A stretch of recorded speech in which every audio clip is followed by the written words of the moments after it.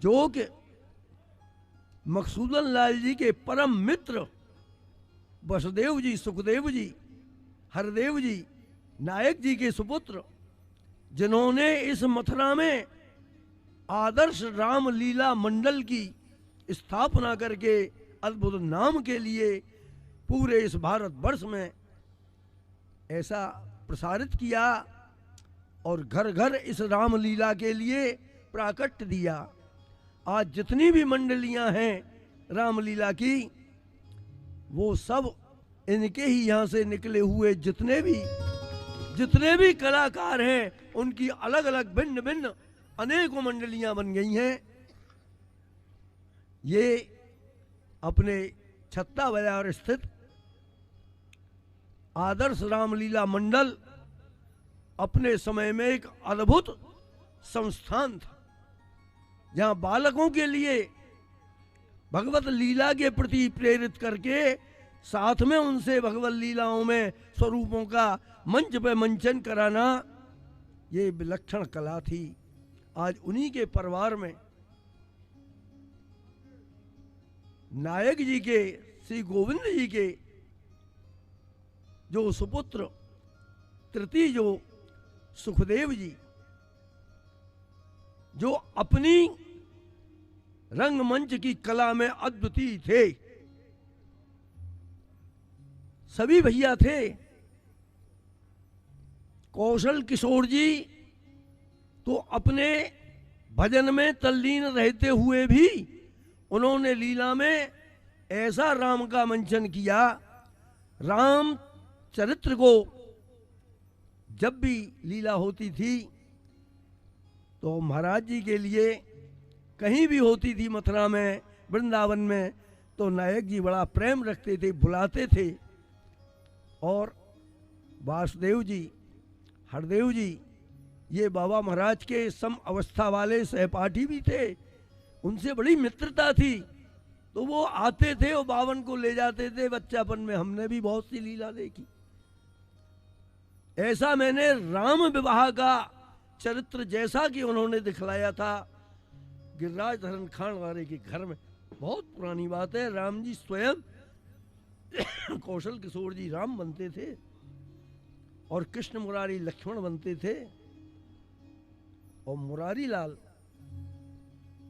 सरवनपुरा में रहते हैं, वो जानकी का स्वरूप बनते थे। जितने भी पाठ उग्रवेश के होते थे, सुखदेव जी के स्पेशल थे, निश्चित वो ही करते थे। जितना भी हास्य रस वासुदेव जी से होता था और जितने गंभीर भक्त रस के चरित्र होते थे, स्वयं हरदेव जी मंचन करते थे। मैंने सभी भाइयों को इसमें तल्लीन देखा। और हनुमान जी बनकर के जिस समय नायक जी आए तो ये देख लो, साक्षात हनुमान जी प्रकट हो गई है। ऐसा ये घर परिवार है जहां से लीला का उद्गम हुआ और हमको देखने को मिलता है। उनकी लीला बहुत देखी। आज पवन देव की लीला का प्रथम इस मंच पे आने का सुअवसर प्राप्त हुआ। मैं यही भगवान से मनाता हूं, हनुमान जी से, श्री राम जी से, कि जिनका इष्ट रखते हुए इन्होंने इस कार्य को किया। ये सब बालक पूरे घर परिवार में सभी कलाकार हैं, अलग अलग, इनकी भी अलग अलग एक से अनेक लीलाएं हो गई। ये ऐसे ही दिन प्रतिदिन अपने इस कार्य क्षेत्र में उन्नति को करें। अभी तक रामलीला का ही मैंने इनका नाम सुना था। आज मैंने अपने नेत्रों से देखा ये कृष्ण लीला भी करती हैं। वृंदावन की जो रास लीला है उनसे इनकी रास लीला में मुझको कोई कमी नहीं दिखी। ये दोनों लीलाओं का मंचन करती हैं। एक बार प्राचीन जब नायक जी ने स्वयं कृष्ण चरित्र, कृष्ण कौस्तुभ के आधार पर हरदेव जी गाते थे और लीला होती थी। वो लीला विश्राम घाट पर उसका उद्घाटन हुआ। उस लीला में बाबा महाराज को भी बुलाया और मैंने वो पूर्ण लीला देखी।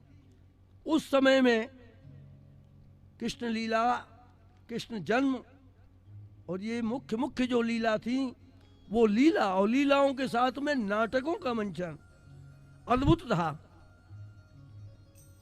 क्या नरसिंह चरित्र, क्या गीता विजय नाटक, ये सब देखे थे। इनके आज भी मैं तो कहता हूं इनकी लीला में बैठने से प्राचीनता का अनुभव होता है। इनमें वही संस्कार हैं।